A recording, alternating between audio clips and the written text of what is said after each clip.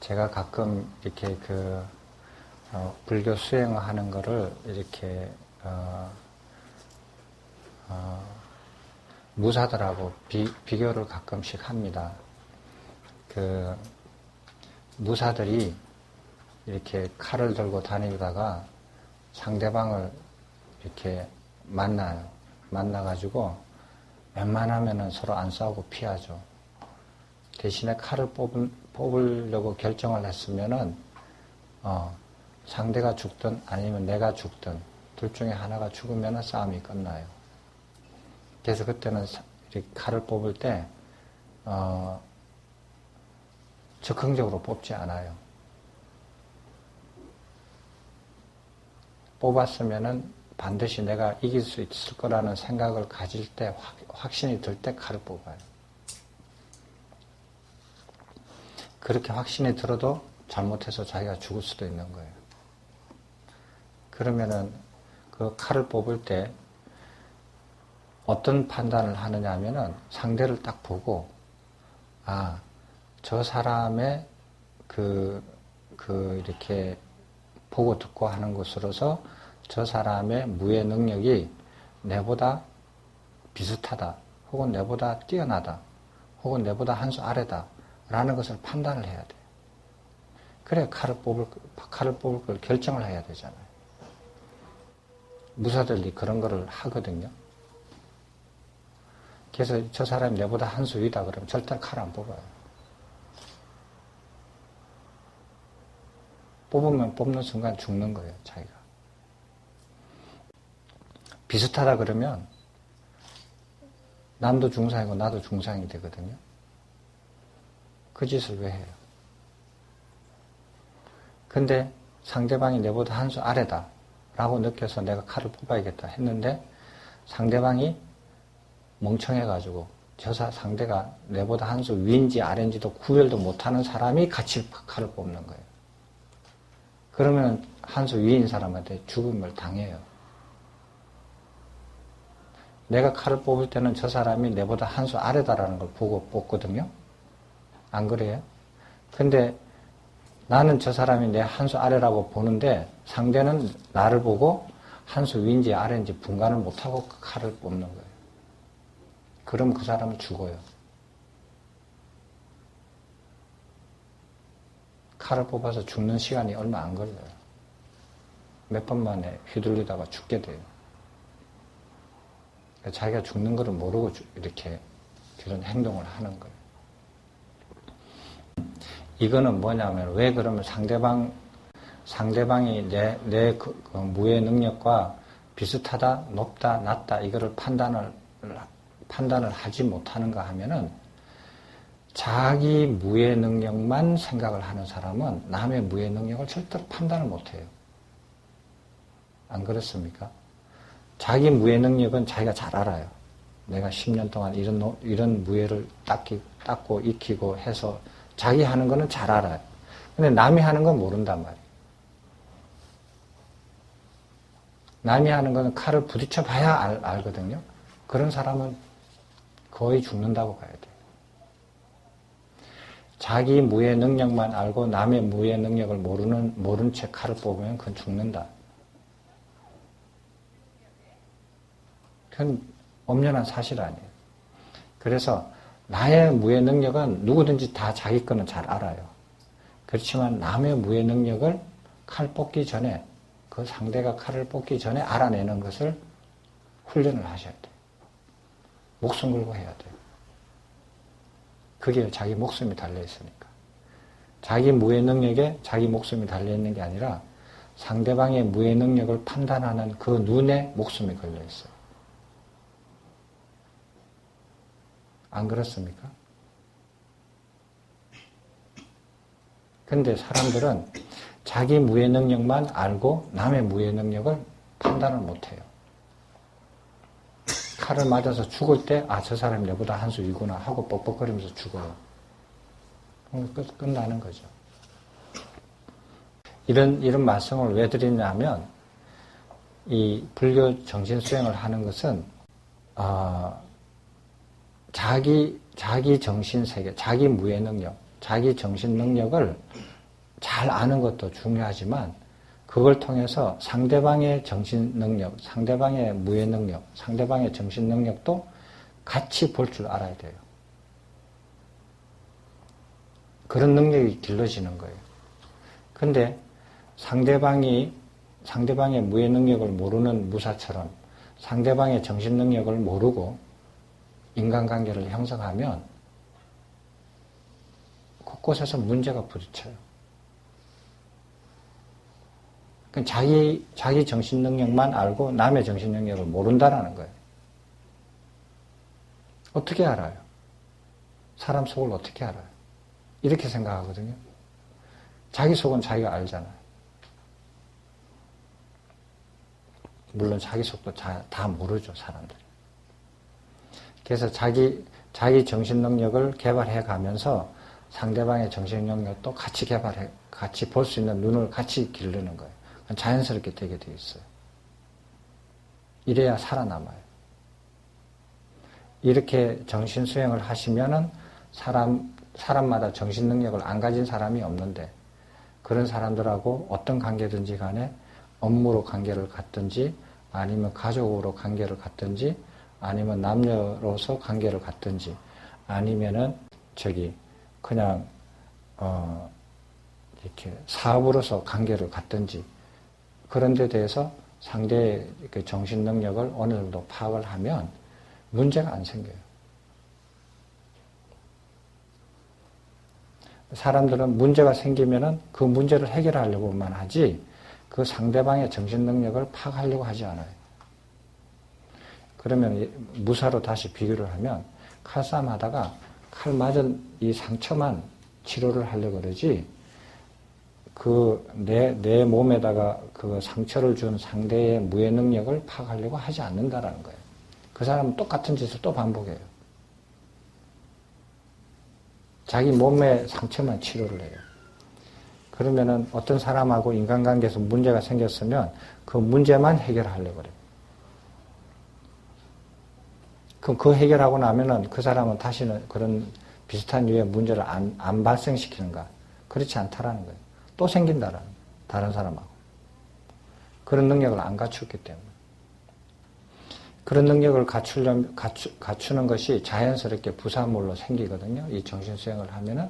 그러면은 그걸 하기 위해서 어떻게 해야 되냐면 사람이 자기가 무예 능력을 기르면서 자기 무예 능력을 면밀하게 알잖아요. 이런 무예 능력을 가진 사람은 지금 강호에 누구누구하고 누구누구다. 이외에는 이 무예 능력을 가진 사람은 없다. 강호에 있는 무사들 치고 이거를 모르는 사람이 없다. 이건 다 알려져 있는 무예 능력이다. 이런 걸 알아야 될 거 아니에요. 그런 거 알듯이 정신 능력을 가진 그것도 내가 가지고 있는 정신 능력을 내가 그거를 파악을 하는데 보세요. 무사들이 무예 능력을 자기라고 하지 않아요. 칼을 자기라고 하지 않아요. 무예 능력은 없던 것이 개발이 되고 있던 것이 더 발전시킬 수 있다고 생각해요. 무예 능력 자체가 자기 자신이라고 인정을 안 해요. 그죠? 칼도 자기 자신이라고 인정 안 해요. 더 좋은 칼이 있으면 더 좋은 칼을 쓰고 칼이 나쁘면 버려요. 부러지면 버리고 그렇게 해서 좋은 칼을 찾아서 자기 걸로 자기가 사용을 해요. 칼을 자기라고 생각 안 해요. 칼을 자기라고 생각하고 무예 능력을 자기라고 생각하면 그거를 객관적으로 자기 무예 능력을 정확하게 파악할 줄을 몰라요. 그와 같이 정신 능력도 사람이 이 몸이 나예요? 아니면 내 생각이 나예요? 아니면 내 주위 환경이 나예요? 내가 이러한 집에서 이러한 직장을 가지고 이러한 가족과 친지들과 친구들이 형성되어 있는 이 환경이 나예요. 나가 뭐냐고. 여러분들은 아마 이제 그걸 공부를 하셔서 그럴 거예요. 이 몸이 나가 아니라는 걸 아실 거예요. 그죠? 그러면서도 몸을 나라고 생각하죠. 그리고 생각이 내가 아니에요. 생각이 내가 아닌데 그러면서도 내 생각이라고 해요. 생각에 의존해서 생각이 내가 아니다라는 생각, 생각이 나라는 생각, 이것도 생각이니까. 그게 의존하게 돼요. 그거를 자기로 인식하면 자기의 정신 능력을 정확하게 파악을 못해요. 그래서 불교 수행을 해가면서 이 자기 정신 이렇게 그 작용들을 이렇게 자기로 딱 이렇게 자기로 인식해서 아는 게 아니고 그것을 떨어져서 그 능력을 이렇게 파악하는 거거든요. 파악해가지고 그렇게 파악을 하면은 객관적으로 파악이 돼요. 자기 정신 능력이 어느 정도다라는 거. 그래서 그렇게 파악이 되면 사람들이 이 사람이 말하는 거, 저 사람이 말하는 거, 또 다른 사람이 말하는 거를 들으면 저 사람의 정신 능력이 어느 정도 된다라는 걸 탁탁탁 듣는 순간에 알아져요. 무술하는 사람이 칼을 들고 시범을 보이면 아, 저 사람의 무예 능력이 어느 정도다라는 것을 보는 순간 알아지듯이 칼을 칼집에서 빼는 그 자세 하나만 딱 봐도 저 사람은 내보다 더 뛰어난 무사다. 아니면 저 사람은 내보다 한 수 아래인 무사다라는 걸 안단 말이에요. 그래서 말 한마디만 들으면 그 사람의 정신 능력이 내보다 한 수 위다. 내하고 비슷하다. 내보다 아래다. 라는 것을 알 수가 있어요. 그거를 모르고 막 주절주절 얘기를 하잖아요. 그러면 상대가 어떻게 들리냐면 자기의 무예 능력도 모르고 칼을 막 휘두르는 무사와 같아요.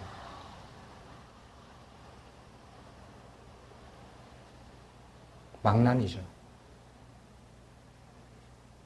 그렇게 되면.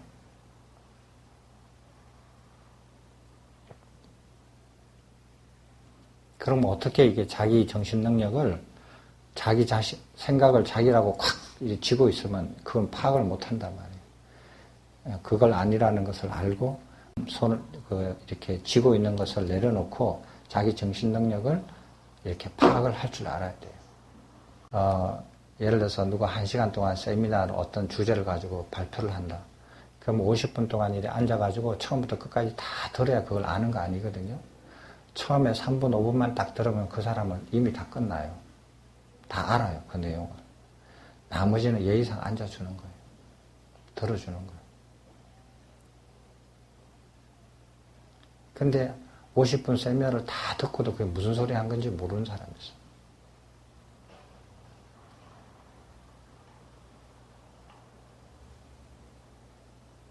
그래서 자기의 정신 능력을 파악을 하면 어떻게 되냐면 내가 어떤 생각을 하고 내가 어떤 말을 하고 할 때 그것이 어디에 바탕을 두고 한 건지 어디에서 나온 건지를 알아요. 그거를 모르면 자기가 자기 생각을 자기라고 딱 쥐고 있는 거하고 같아요. 그러면 자기 정신 능력을 절대로 파괴하기 어려워요. 그런 사람들.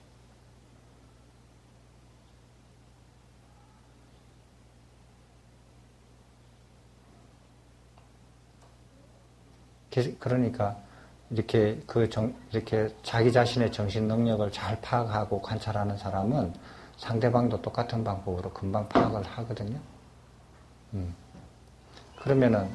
들으면은 그 사람의 정신 차원이 어느 정도 된다라는 걸 금방 알아요. 말의 논리적인 그 구성이나 그런 걸 가지고 보는 거 아니에요. 그것을 보고 그것이 바탕이 되어 있는 것을 보는 거예요. 그걸 안 본단 말이에요. 말하는 들리고 말하는 그거에만 초점을 둬서 파악을 하면 절대로 그걸 못 봐요. 그걸 못 보면 해결이 안 돼요.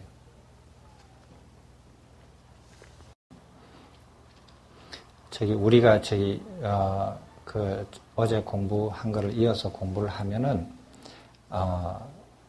맨 처음에 이렇게 불교 수행을 해 들어가는 제일 처음이 뭐였어요?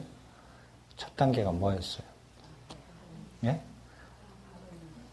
바른 이해를 통한 신뢰와 믿음. 그죠? 그 신뢰와 믿음이 사람한테 있는 게 아니고, 어디에 있어요? 가르침에 있는 거예요.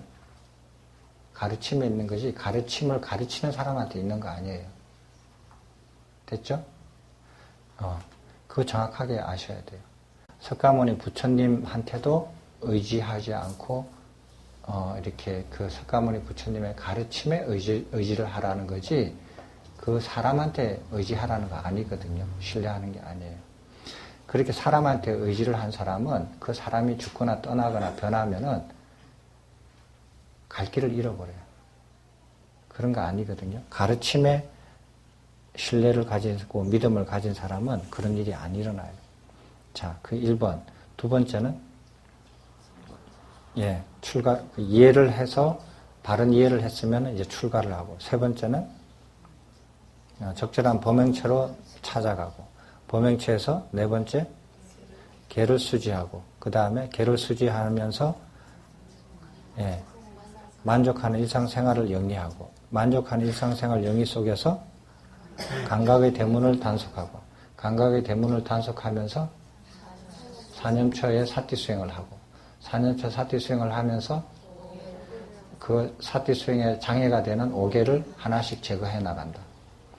그 첫 번째를 제거를 하고 불선법을 떨쳐버리면 초선정으로 들어가고, 그 다음에 2선정, 3선정, 4선정, 5선정, 6선정, 7선정, 8선정, 9선정 들어가고, 그 다음에 열반에 머문다.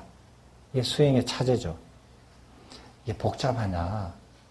어떤 스님은 단숨에 된다 그러는데 왜 이래 복잡하냐? 복잡한 거 아니에요. 자동차 하나 만드는데 부속품이 100만 개예요.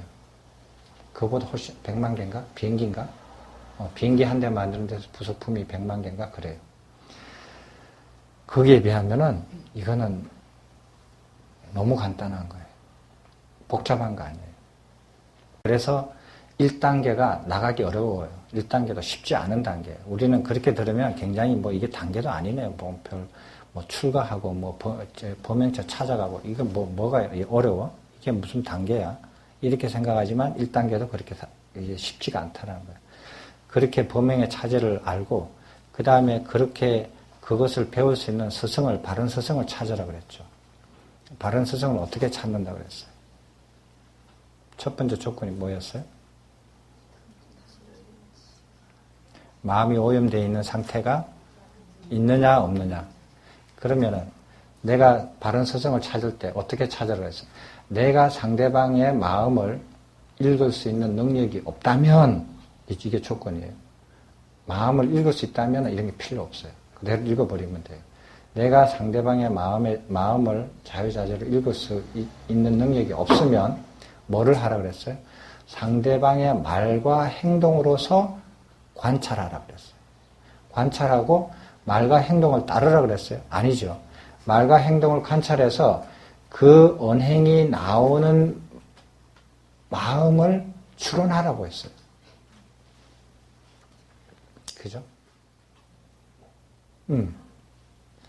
이거는 칼을 뽑아서 칼을 휘두르는 걸 보고 무의 능력을, 상대방의 무의 능력을 판단하라는 게 아니고요.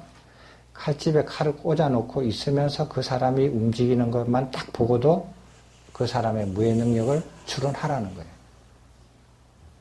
눈빛만 보고, 몸에 있는 자세만 딱 보고, 칼을 들고 있는 그 자세, 손짓 이런 것만 딱 보고도 상대방의 무의 능력을 추론하라는 거예요.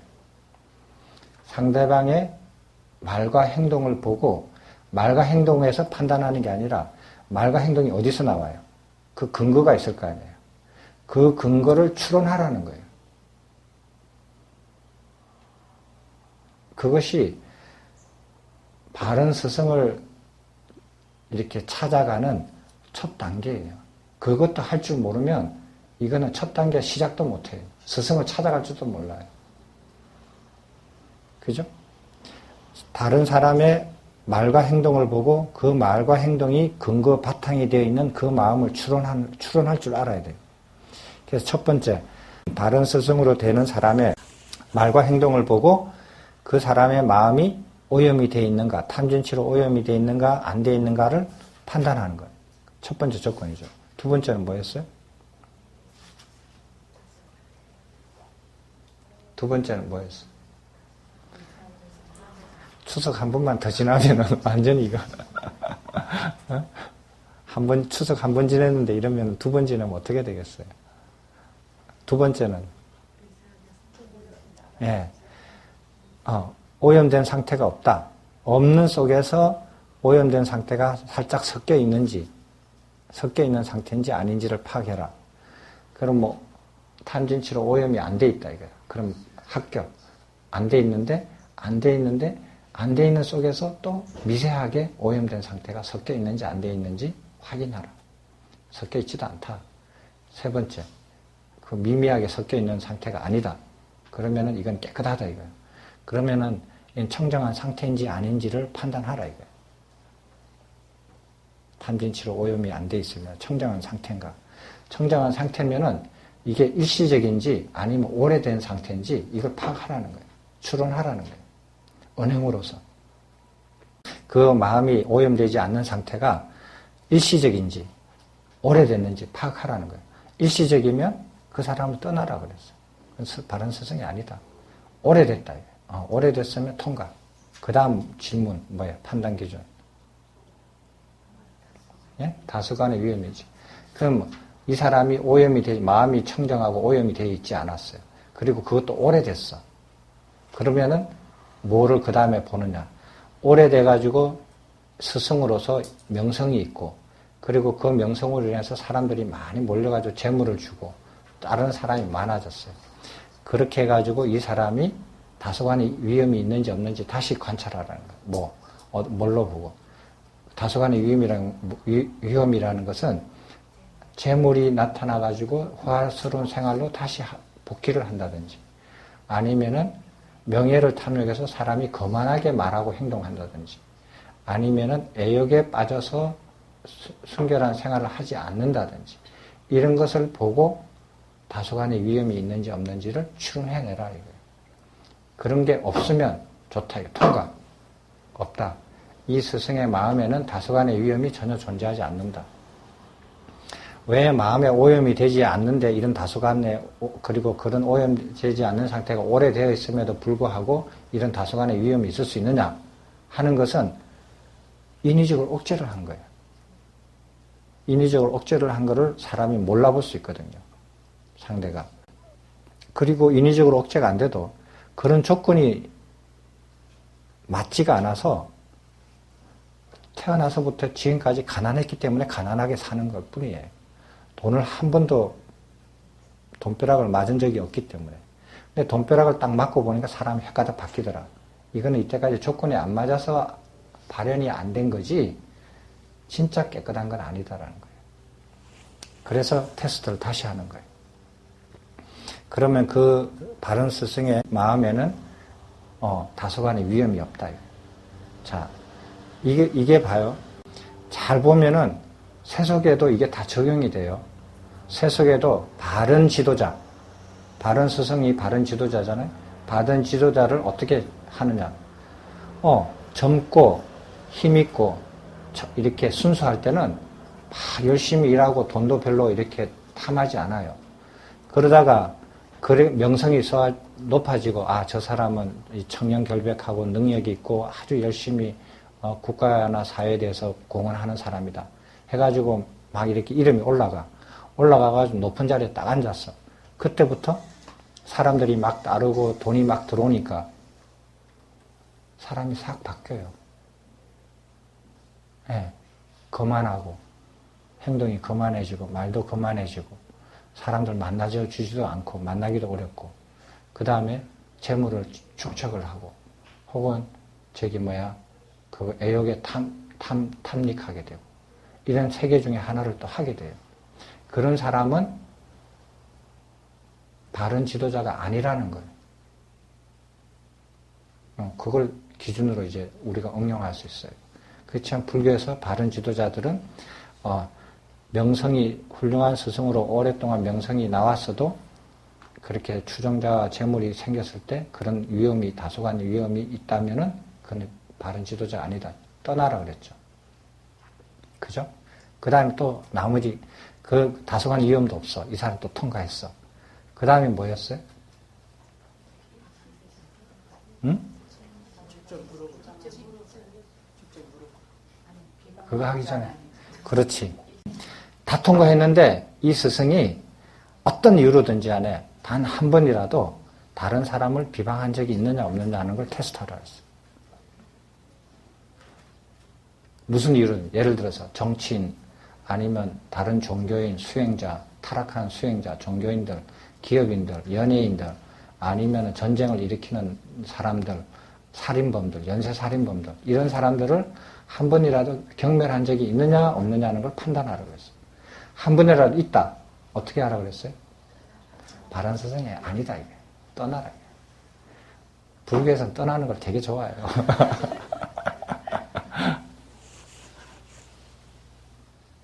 그러면은 바른 스승이라면은 어떤 이유로든지 간에 단 한 번도 남을 경멸하는 적이 없어요. 그게 조건이에요. 이걸 사회적으로 적용을 시켜보면 사회의 지도자들도 남을 비난하고 남을 경멸하는 사람은 바른 지도자가 아니에요. 그냥 지도자지. 자기를 되돌아보고 자기 할 일을 말하지 않고 남을 비난을 많이 하는 사람들 있잖아요. 이런 사람들은 바른 지도자의 자격이 없어요, 보면. 그 말이 아무리 옳고 그르고가 아니라 떠나서. 그러면은 바른 스승으로 이렇게 올라가 있는 사람, 예를 들어서 타락한 종교인이나 수행자들을 경멸한다. 이것도 자격이 안 맞아요. 연쇄살인범이 나타났다. 사람들이 막 그냥 벌벌벌 떨고 무서워한다. 흉악한 연쇄살인범이 났다. 이런 사람들조차도 경멸하면 안 된다라는 거예요. 그 이유는 저번에 설명을 해드렸죠. 예. 그러면은 바른 스승이 아니에요. 이런 거를 이렇게, 그 이유를 아셔야 돼요. 자, 이 사람은 바른 스승으로서 남을 경멸하고 이렇게 남을 비난한 적이 없다. 통과. 그러면 어떻게 하라고 했어? 그 다음. 자기가 상대의 말과 행동을 보고 그 사람의 마음의 상태를 다 추론을 했어요. 그래서 내 눈으로는 다 통과했어요.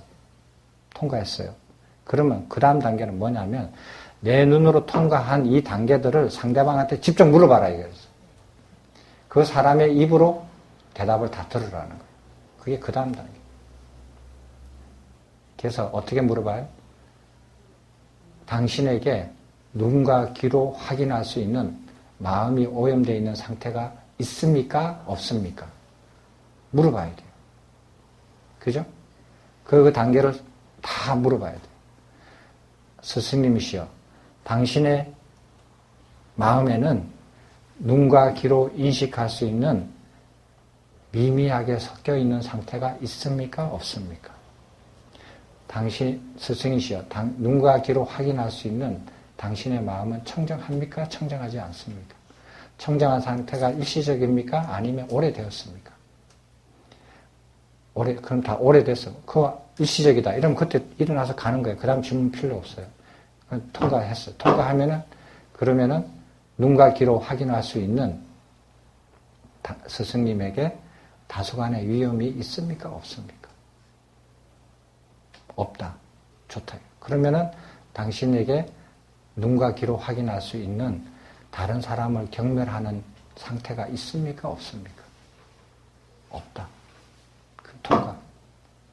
통과됐죠. 이거는 바른 스승으로서의 마음을 확인을 다 했어요. 이건 이제 바른 스승으로 될 수 있는 마음의 상태를 이제 확인한 거예요. 이런 확인하는 절차가 사회에서 사람들을 파악할 수 있는 게 돼요. 사람들은 언행을 보지, 언행을 보고 그거에 따라서 이게 말이 맞느냐 틀리냐 이걸 보거든요. 근데 우리는 바른 스승을 볼 때 언행으로 하지 않아요. 언행을 듣고 그것을 빌미로 해서, 그것을 계기로 해서 그 언행이 나오는 것에 바탕을 보라고 한 거거든요. 그걸 추론하라 그랬어요. 그거 할 줄 모르면 자기 언행도 어디서 나온지도 몰라요. 내가 화를 내고, 내가 좋아하고, 내가 싫어하고, 이러는 것들이 어디서 나오는지를 모른다니까? 자기 자신도 모르는데 상대방을 어떻게 알아요? 그냥 저게 나를 싫어하나? 이제 나한테 싫어졌나? 내한테 내가 뭘 잘못했나? 이렇게만 추론을 할 뿐이지, 그건 모른다라는 거예요. 그렇게 해서 그 상대가 바른 스승으로서 마음가짐이 이제 확인이 됐어요. 그 다음에 또 뭐를 하라 그랬어요?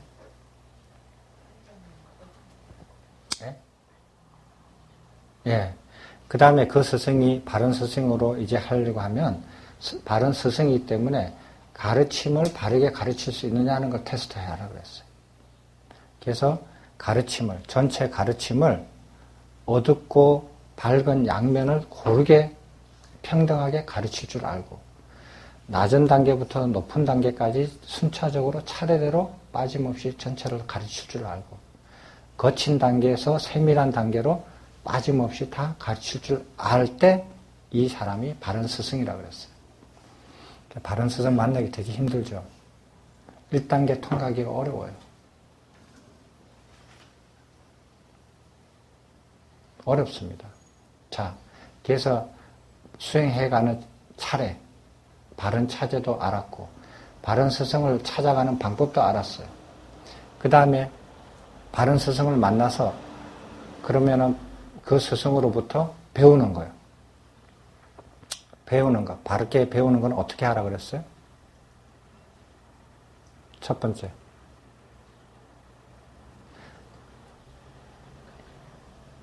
내가 어떤 사람한테 진리를 배우려고 하는데 제일 처음 해야 할 일은 이 사람이 바른 스승이냐 아니냐를 판단해야 돼요. 배웠잖아요. 그걸 다 적용해가지고 이분이 과연 바른 스승이다. 내가 배운 바로서 바른 스승에 해당이 된다. 라고 하면은 이제 이분한테 바른 가르침을 내가 배울 수 있을 거다라는 신뢰와 믿음을 가져요. 그죠? 그래서 어떻게 돼요? 가까이 가요. 그리고 자주 가까이 가요. 왜? 내가 구하는 것을 이 사람한테 구할 수 있습니다. 가까이 가면 말을 듣게 되죠. 말을 듣는다라는 것은 따른다라는 뜻이 아니라 그냥 귀로 듣는다는 거예요. 그 사람이 하는 말을 듣게 돼요. 귀로. 들으면 어떻게 해요? 그 다음에 뭐예요? 새겨들어요. 처음에는 흘려듣다가 나중에는 새겨들어요. 듣는 것을 모두 다 새겨듣습니까? 안 그래요. 지가 선택해가지고 새겨들을 거는 새겨듣고 흘러들 건 흘러들어요. 자꾸 듣다 보면 새겨듣는 것이 가끔 나온다 이 소리예요. 새겨듣는 것이 생겨요. 새겨듣는다. 새겨들으면 가끔 기억하는 게 나와봐요. 새겨듣는 거 다 기억하는 거 아니에요. 새겨듣는 거 한 100개 새겨들으면 한두 개 또 기억을 하게 돼요. 기억이 난다. 기억을 하게 되면 기억나는 거 다 생각하나요? 안 해요. 동창들 다 생각나죠? 다 생각 안 해요. 기억을 해도 동창들 다 기억해도 생각 안 해요. 기억하는 것 중에서 어떤 것을 생각하고 어떤 것을 생각 안 해요. 자, 기억나는 것 중에서 생각하게 되는 게 생겨요. 생각을 한다. 생각을 하면 깊이 생각을 해요. 깊이 생각해서 이해를 하게 돼요. 생각하는 것마다 다 이해하지 못해요. 어쩌다가 하나 이해가 돼요. 어떤 거에 대해서. 전체의 가르침에 대해서 어느 하나를 이해를 하게 돼요. 그런 과정을 거쳐서. 이해를 했다. 그러면 그 가르침을 수용하게 돼요. 이해했으면 그게 자기 거 된다는 소리예요. 아, 이렇구나. 하고 그거는 이제 자기 거가 돼요. 자기 기억이 없어질 수가 없어요. 아예 자기 게 돼요. 자기가 돼요. 그죠? 그게 그 가르침 여러 개를 들으면서부터 시작해서 자기가 이해하는 거, 이해해서 자기 걸로 수용하는 거까지 그 과정을 거쳐서 수없이 들어도 그 이해하고 수용하는 것은 하나, 처음에 하나가 딱 생겨요. 그게 생기는 걸 뭐라 그랬어요? 네? 뭐라고 했어요? 추석 때 너무 맛있는 거 많이 드셨는가 보다. 법에 승인하는 거. 승인하는 거예요. 그것을 자기 걸로 만듭니다. 그러면 가르침이 많이 있는데 그 중에 어떤 하나에다 필이 꽂혔다 이 소리예요. 필이 꽂혔다. 아, 이게 이런 거구나. 그러니까 승인하게 되면 어떻게 돼요?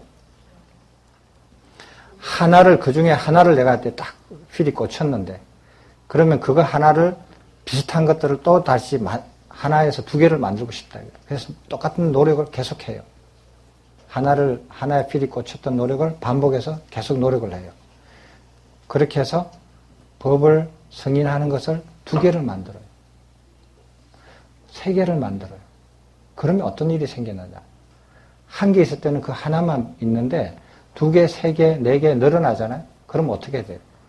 승인한 법을 관찰하게 돼요. 4개 됐잖아요. 4개 됐는데 이것들의 관계를, 구조를 관찰하게 돼요. 그래서 노력하고 난 다음에 관찰한다고 돼 있어요. 기억나요? 관찰한다. 관찰한다는 건 뭐냐면은 내가 내 것으로 되어 있는 그 가르침의 점들이 2개, 3개가 생기면 그 연관관계, 그 구조관계를 관찰하기 시작해요. 관찰하면서 그 연관성을 이해하기 시작해요. 그건 법을 이해하는 거하고 좀 다르죠. 법과 법에 이해하는 건. 자기께 안 된 것을 그렇게 하지는 못해요. 자기께 된 것을 그렇게 관찰해요. 그렇게 해서 그 서로의 연관관계를 알게 됐다? 그럼 어떻게 돼요? 더욱 매진하게 되죠. 그래서 어떻게 되느냐? 이 전체 법의 구조를 다 알게 되는 거예요. 전체 법의 구조를 다 승인하게 돼요. 노력을 해서. 그걸 뭐라고 했어요? 예? 예? 그렇지. 인지한다. 그걸 인지해요. 그럼 이제 법의 전체 구조를 알고, 그 다음에 그걸 다 자기 걸로 만들었어요. 그러면, 그 다음엔 어떻게 하느냐? 그 자기 걸로 만들어져 자기가 확실히 알고 그 구조도 다, 전체를 다 파악을 하고 난 다음에 그 구조대로 차례대로 성취해 가는 거예요. 성취해서 다 그걸 성취해서 성취하는 과정을 범행을 겪어서 그걸 다 성취하는 것을 마지막 단계로. 그건 법의 성취라고 해요. 그래서 이런 3단계로 학습을 하는 게 바르게 학습하는 거예요.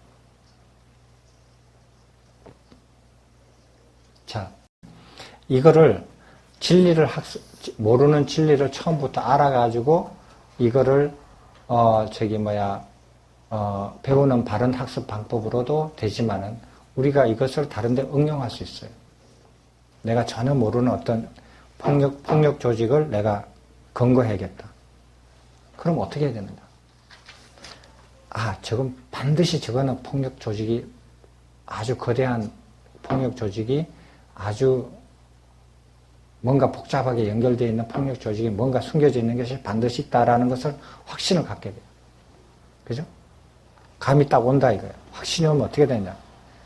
자주 가야지. 찝쩍찝쩍거려야 될 거 아니에요. 가까이 가가지고. 자주 가서 뭐라 건질려야 될 거예요. 자꾸 가면은, 가까이 가보면 그 흘러나온 정보가 있을 거 아니에요. 그걸 듣게 되고.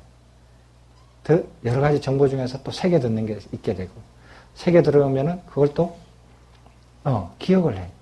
기억을 하게 되고 그걸 깊이 생각을 하게 돼. 깊이 생각을 해가지고 이래서 얘들이 했구나 하는 것을 하나를 이해를 해. 그러면 그 조직을 이해하기 시작해. 하나를 딱 했어. 이제 증거를 하나를 잡았어.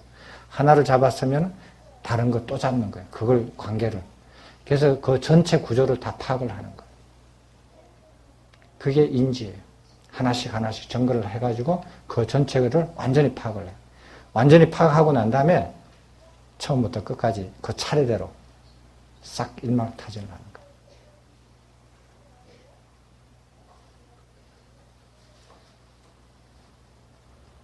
그럼 뭐가 달라요? 그런 것들을 응용하실 수 있어요. 그렇게 바른 학습을 해요. 그래서 바른 범행 차제를 알고 바른 스승을 찾을 줄 알고 바른 스승을 찾아서 바르게 배울 줄을 알았어요. 예? 그건 다 가르쳤어요. 근데 그렇게 하고 안 하고는 이제 여러분들의 손에 달린 거예요. 그 방법을 몰라서 잘못했다. 이거는 뭐 있을 수 없는 거예요. 그런데 이렇게 배웠음에도 불구하고 소문을 듣고 내가 어떤 사람을 스승을 만나서 그 스승의 가르침을 그냥 수용을 했다. 이런 절차 없이 그래가지고 사견에 빠졌다. 누구 책임이에요? 예? 예. 빠진 자기 책임이지 세상 탓 아니에요. 누가 안 가르쳐줘서 그런 거 아니에요. 몰라서 그런 거 아니에요. 그건 지가 그래 빠진 거예요. 자기가 스스로 빠진 거예요. 어떻게 해요? 그렇게 그거 세 개를 갖춰주면은 이제 1단계로 자기가 1단계를 완성할 수 있는 준비가 됐죠. 그죠? 이때까지 이렇게 공부를 했어요. 그렇게 해가지고, 공부를 해요. 공부를 해가지고, 바른 학습을 통해서, 진리를 바르게 이해를 했습니다. 이해를 해서, 그 다음에, 이제 구도자의 생활을 전념하려고 하는 마음을 가져요. 그래가지고 수행처로 떠납니다. 수행처를 찾아가요. 수행처를 찾아갈 때 조건이 뭐였어요? 바른 보명처의 조건. 첫 번째. 예? 예. 마을에서 한 1200m 정도 거리가 있고, 그 다음에 마을 사람들이 왕래가 잦지 않는 곳. 세 번째, 해충, 독충, 그 다음에 짐승들, 맹수들의 접촉이 가능한 없거나, 작은 곳. 그런 곳, 자연적으로 편안한 곳, 이런 곳을 택하라 그랬고, 그 다음에 네 번째가 의식주 해결이 손쉬운 곳. 그 다음에 좋은 도반이 있는 곳. 이렇게 했어요. 이런 곳에 가서 살아라라는 거예요.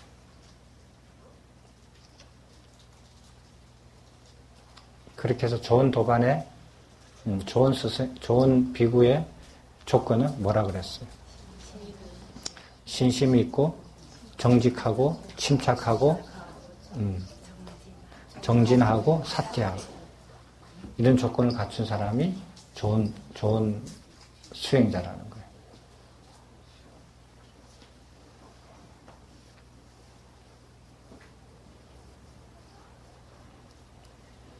이렇게 좋은 조건이 갖춰져 있는 범행처에서 좋은 수행자들과 화합해서 잘 번영하면서 살면서 범행처에서 자기가 할 일을 다 마치는데 화합하고 번영할 수 있는 조건들은 첫 번째, 예? 예, 자주 모여라 이거예요. 같이 먹고 사는 사람들끼리, 같은 일을 하는 사람들끼리 번영하는 방법은, 화합해서 번영하는 방법은 방법이 없어요. 자주 모여라 이거예요. 자주 모이고 정기적으로 모여라. 회사 안에서 사람들하고 화합해서 번성하려면 재간이 없어요. 내가 손오공처럼 사람을 10개로, 내 몸을 10개로 쪼개가지고 다른 사람 도움 필요 없이 내가 모든 걸 다 할 수 있으면 괜찮아요. 그렇지 않고 저 사람이 잘났든 못났든 저 사람의 도움을 받지 않고 내가 일을 할 수 없으면, 내 일을 다 못하면 사람들끼리 화합을 해야 될 거 아니에요. 화합을 하는데 기본이 뭐예요? 모여라 이거예요. 모이고, 자주 모이고, 정기적으로 모여라.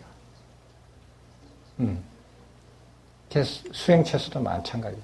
스님들도 자주 모여라. 자주 모이는 게 화합의 기본이다. 그래서 회사에서도 회식을 자주 하잖아요. 회식 많이 먹고 자주 하고. 그것도 이런 것 때문이겠죠. 두 번째. 모일 때 화합해서 모여라.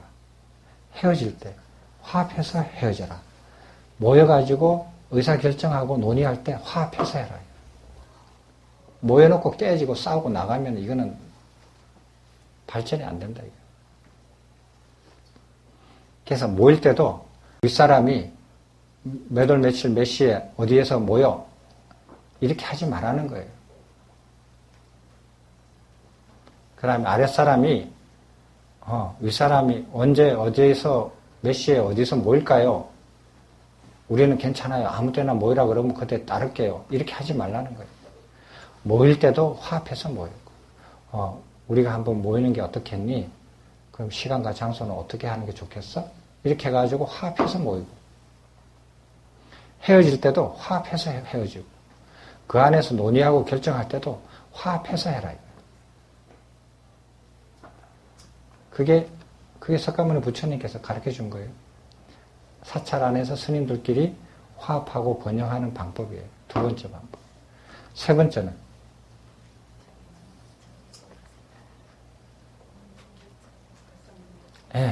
공사를 나누라는 거거든요. 그렇게 화합해서 의사결정을 했잖아요. 했으면은 그것을 인정하라는 거예요. 인정하고 그걸 따르라. 내 의견과 다르더라도 그걸 인정하고 따라라. 결정한 것을. 그리고 그 의견이 다른 내 의견이 있는 것은 다른 사람한테 말하지 마라. 그걸 인정받으려고 노력하지 마라. 한번 모여서 결정한 것은 그것이 내 것으로 공인을 해라. 인정을 해라 그랬어요. 이게 기본이죠. 단체의 기본이에요. 이런 게 안 맞는 사람은 그냥 평생 혼자 살아야 돼. 이게 단체 생활의 기본이에요. 회의를 해서 대다수의 사람이 어떤 방식으로든지 간에 회의에서 화합을 해서 논의를 하고 결정을 한 것은 반드시 공인을 해라. 그 의견이 나하고 맞든 안 맞든 상관없어요. 그리고 그 의견이 나하고 안 맞는다고 해서 내 의견을 다른 데로 표출해가지고 그것을 다른 사람으로부터 받으려고 노력하지 말라고 했죠. 그런 것 기본적으로 잘 안 지켜질걸요. 사회에서도. 그 다음에 네 번째가 뭐예요?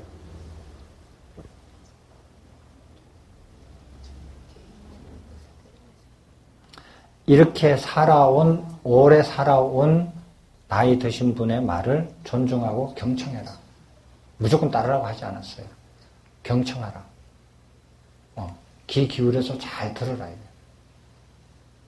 무조건 따르라고 하지도 않았어요. 그런 사람들을 존중하고 경청을 해라. 이게 네 번째예요.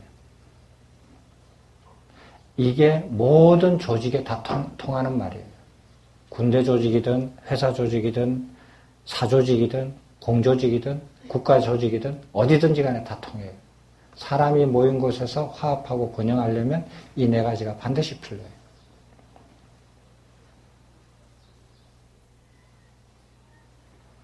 그죠? 기본이죠. 사람이 모이는 곳은. 그리고 나머지 세 개는 뭐예요? 다섯 번째가 자기 개인적인 문제. 이 단체에서 자기 개인적으로 문제가 드러나서 이 단체에 해가 되는 거 있잖아요. 해가 되는 것을 자기 스스로 컨트롤하라는 거예요. 이걸 드러내가지고 이 단체에다가 피해를 주지 말고 내가 스스로 컨트롤하라는 거예요. 예를 들어서 스님들한테는 자기가 감각적 욕망에 영향을 받는 상태가 생기면은 그것이 다른 스님들한테 해를 주니까 그것을 스스로 알아채서 영향을 받지 않도록 해라는 것인데, 예를 들어서 은행 같은 데 하면은 공무원들이나 고급 공무원들 같으면은 청렴해야 된다. 내가 청렴하지 않고 돈이 필요한 일이 생겼다. 이런 것이 생기면은 이 조직에 다른 사람한테 피해를 주니까 이 문제는 내가 스스로 해결하라. 그렇잖아요. 그 단체마다 그 특징이 있어요. 가장 특징이 있으니까 그 특징에 다른 사람한테 피해 주지 않게끔 자기 문제는 자기 스스로 조절해라. 스님들은 감각적 욕망에 빠지지 말라. 영향을 받지 말라. 그 다음에 6번째가 뭐예요? 응? 관심을 어디에 두느냐는 거예요. 자기 방에서 자기 혼자 쓸 수 있는 자기 방에서 자기 수행에만 관심을 두라. 큰 관심을 두고 다른 데는 관심을 꺼라는 거예요. 그러니까 그 단체가 원하는 나의 역할을 집중하라는 거예요. 자기 책상에서 자기 일을 하지 않고 다른 일을 관심을 두면 그러면 이게 기본이 흔들리잖아요. 내 책상에서 내 할 일을 다 하지 못한 상태에서 다른 관심을 가지면은 이거는 말이 안 되죠. 그건 말이 안 되죠. 예를 들어서 국회의원이 국회에서 자기 일을 안 하고 국회 회의하는데 결석을 하면서 대통령 해먹으려고 다 돌아다닌다. 이런 사람은 뽑으면 안 되죠. 자기 일을 충실해야죠. 자기 일을 충실하고 거기에서 능력을 개발해서 더 나은, 더 높은 자리를 가겠다. 좋다 이거예요. 그건 당연하다 이거예요. 그렇지만 지금 자기 책상에서 자기가 할 일을 다 하지 않은 채 다른 데 관심을 두지 말라는 거예요. 다시 말해서 자기한테 주어진 임무는 거기에다 최대의 관심을 두고 그것을 성실하게 열심히 해내라는 거예요. 그 다음 단계가 뭐였죠? 마지막으로 7번째가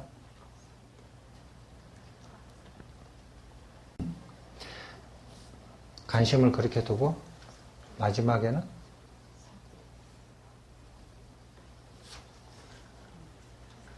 어젯밤에서 좀 헷갈려요? 삿대한다. 자기가 열심히 수행을 해서 범행을 진행을 시켜서 그것을 보고 다른 사람이 오게끔 그리고 지금 있는 더 좋은 사람이 오게끔 만들고 그리고 지금 와 있는 사람들은 편안하게 같이 있게끔 하라 이거예요. 그래서 자기 일에 관심을 가지고 이 자기 일을 성취를 해서 발전을 시키라는 거예요. 잘해내라는 거예요.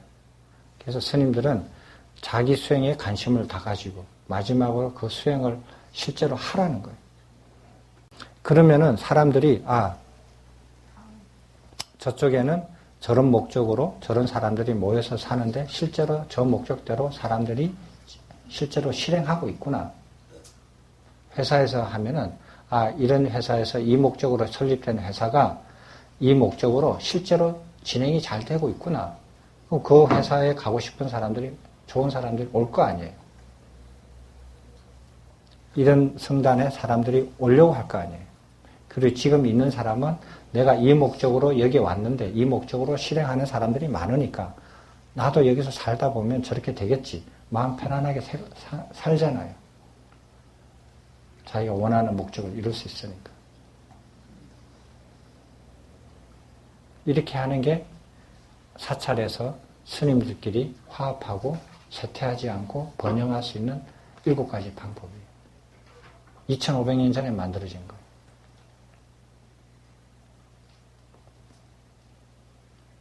어떤 단체에서도 그거를 적용할 수 있어요. 이렇게 해서 적절한 범행처를 찾아가지고 거기에서 좋은 도반들과 좋은 도반들의 조건을 알고 그 다음에 적절한 범행처의 조건을 알고 그 다음에 거기서 운영하고 같이 화합하고 번영하는 조건들도 다 배웠어요. 거기에 들어가서 수행을 해 나갑니다. 그 다음 단계가 뭐였죠? 범행처에 나가고 난 다음에 다음 단계가 개를 구족하는 거죠. 개를 구족하고 감각의 대문, 일상적인 만족한 일상생활을 영위하고 그 속에서 감각의 대문을 단속하는 건데 우리가 맨 처음 공부 시작할 때 감각의 대문부터 시작을 했어요. 그 다음에 자강사에서 했을 때는 개부터 시작을 했어요. 그래서 다 처음부터 끝까지 다시 다 완성이 됐어요.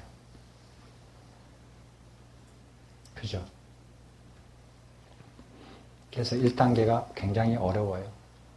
제일 쉽게 느껴지지만 제일 어렵다고 봐요. 2단계도 출가하는 것도 1단계를 완성하지 않으면 절대로 2단계로 못 가요.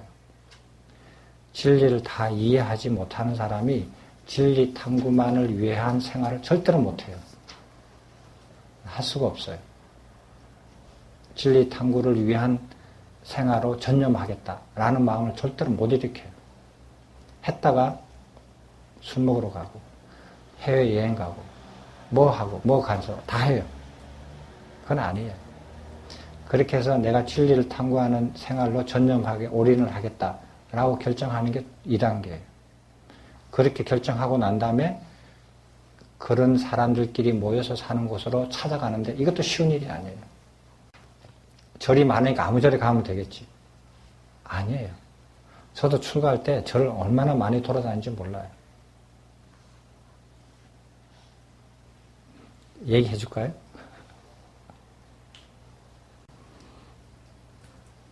휴가를 이제 내가지고 와서 이제 이렇게 출가를 해야 되는데 어느 절로 출가를 해야 되나? 이런 것도 모르고 출가를 할 때 이제 그거 절을 어디로 가야 되나 해서 그 집에서 집에서 이제 제일 큰 절이 그 큰 절이 있어가지고 버스 타고 이제 그거 갔어요. 그 뭐 이렇게 뭐라고 한 줄 알아요? 어떻게 하면 내가 여기 하룻밤 잘까? 잘 수 있어. 돈이 문제가 아니에요. 가만히 생각하면 방법이 별로 없어요. 그래서 이렇게 말하면은 거절하기 좀 어렵지 않을까. 그래서 뭐라고 얘기했냐면은 새벽예불에 동참하고 싶어서 왔습니다. 새벽예불을 참배하고 싶어서 왔습니다. 이렇게 인사를 했어요. 대답을 했더니 새벽예불이 3시에 하잖아요. 그래요. 딱 보더니 이 스님도 이제 눈치를 채가지고 이놈이 혹시 출가하러 온 놈이 아닐까? 라고 이제 생각을 한 거예요. 그래 방을 하나 주시더라고요. 그래서 그 방에서 이렇게 여름이라서 땀이 흘려서 그 모욕을 이렇게 하래요. 샤워를 하래. 근데 샤워를 보니까 스님용이야. 도저히 못 들어가겠더라고. 스님용하고 일반용인데 일반용은 여자들만 써요. 그 가서 샤워를 못 하지.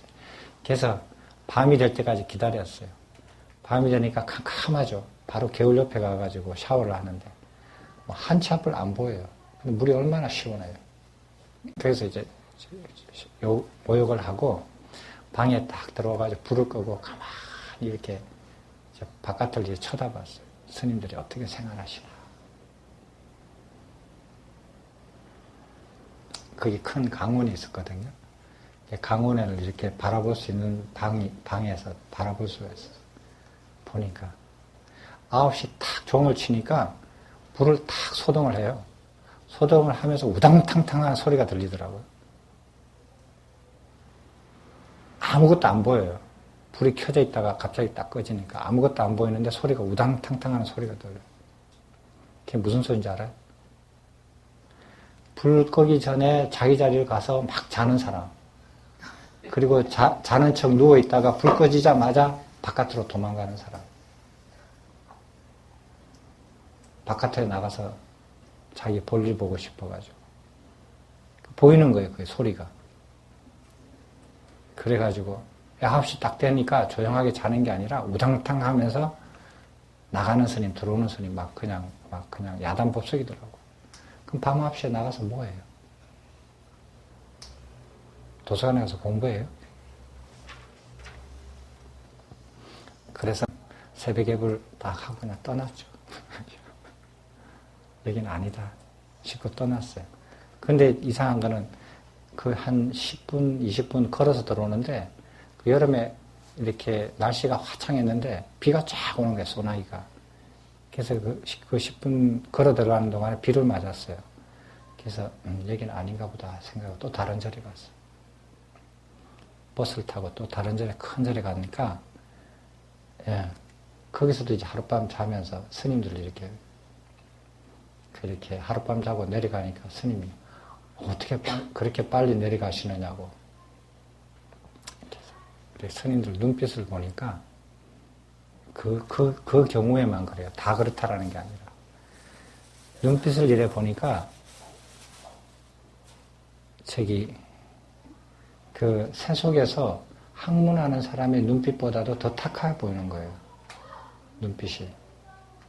굉장히 탁하더라고요, 눈빛이. 눈빛이 탁하다라는 말은 몸이 탁하다라는 말이고, 몸이 탁하다라는 것은 마음이 탁하다라는 거예요. 그러니까 바른 스승이 첫 번째 주군에서 언행을 봐가지고 그 언행의 바탕을 봤는데 그 마음이 오염이 돼 있더라, 이 소리야. 그럼 여기는 아니죠. 물론 다른 스님은 다 본 건 아니지만 한 스님만 봤지만. 그래서 이렇게 언행을 보면요, 이렇게 눈을 보고 얼굴을 보고 말하는 걸 보면 마음이 탁한지 안 탁한지 금방 알아요. 그건 몰라요? 모르는 사람이 없을 거예요. 보살님들 저기 시장 가가지고 명태 사잖아요. 싱싱한 명태 어떻게 골라요? 네? 착 보면 알죠? 눈 보고 피부 색깔 보면 알잖아요. 착 보면 이거 싱싱한 거다. 이거 사가면 이거는 안 싱싱한 거다. 어물전에 가면 보면 금방 알잖아요. 사람도 보면 금방 알잖아요. 그렇게 해서 출가를 해서 적절한 본명처를 찾아가서 거기서 구도자들과 진리를 탐구하는 길을 전념해서 성취하는 거예요. 목적을 성취하는 거예요. 그래서 처음 단계에서 1단계, 2단계, 3단계가 굉장히 중요해요. 우리가 공부했던 것은 4단계, 개를 부족한 것부터 공부를 상세하게 해 들어가기 시작했을 거예요. 그래서 제가 차제로 공부하는 것도 이제는 한 바퀴 돌아서 처음과 끝이 마무리가 됐어요. 질문 있으면 하십시오.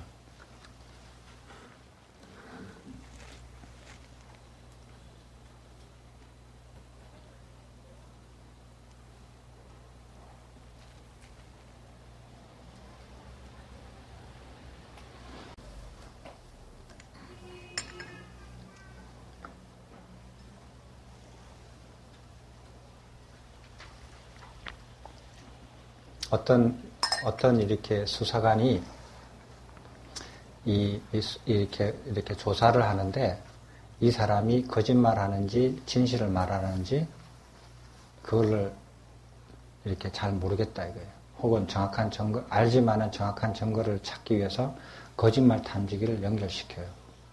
그렇게 해서 그걸 확인을 하고 증거를 만들 수가 있거든요.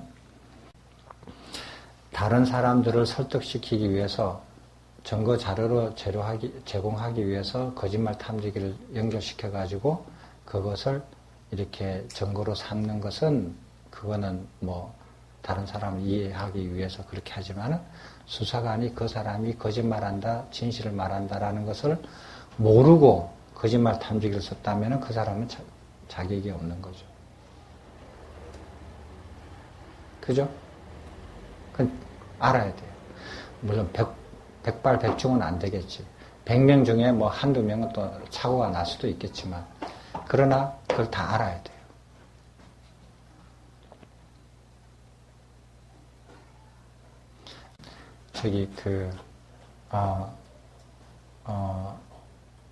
이렇게 학술 세미나 같은 걸 해도요, 발표를 하잖아요. 발표를 하면 저 사람이 저걸 자기가 연구했는지 남이 연구한 거를 자기가 발표하는지 자기가 그걸 알고 얘기하는 건지 모르고 얘기하는 건지 다 알아요.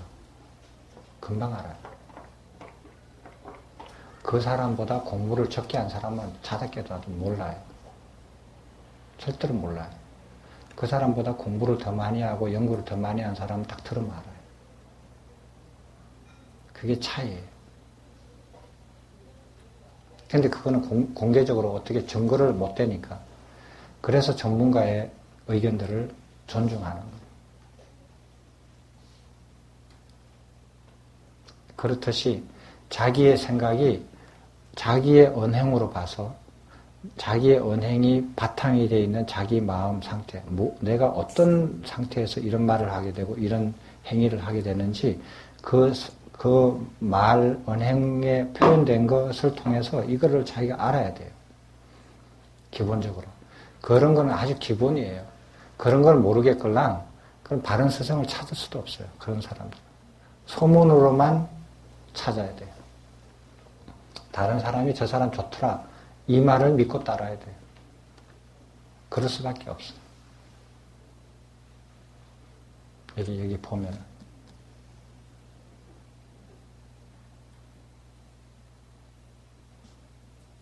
근데 그 바탕을 이제 보게 되면은 그 바탕이 이제 그 무의 능력이 얼마나 되는가를 알 수가 있는 거예요.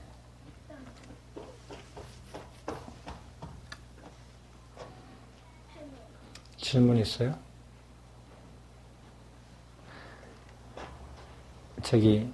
복잡한 거 아닙니다.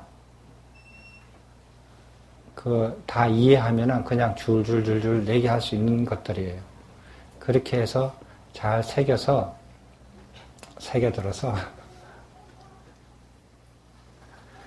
기억을 해서 생각을 깊이 해가지고 그것을 자기 걸로 잘 만드시기 바래요. 이런 절차를 안 밟고 남이 얘기한다고 해서 소문이 뜬다고 해서 세상에 유명하다 그래서 다른 사람들이 많이 따른다고 해서 이런 식으로 해가지고 이렇게 그 사람을 인정해가지고 그 사람 말을 수용해서 따르다가 자기 인생 종치면 그건 자기 책임이에요. 남 책임 아니에요.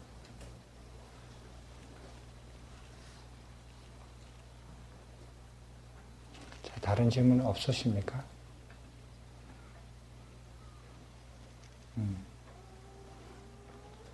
다른 질문 없으시면 마쳐도 되겠죠? 예, 마치겠습니다.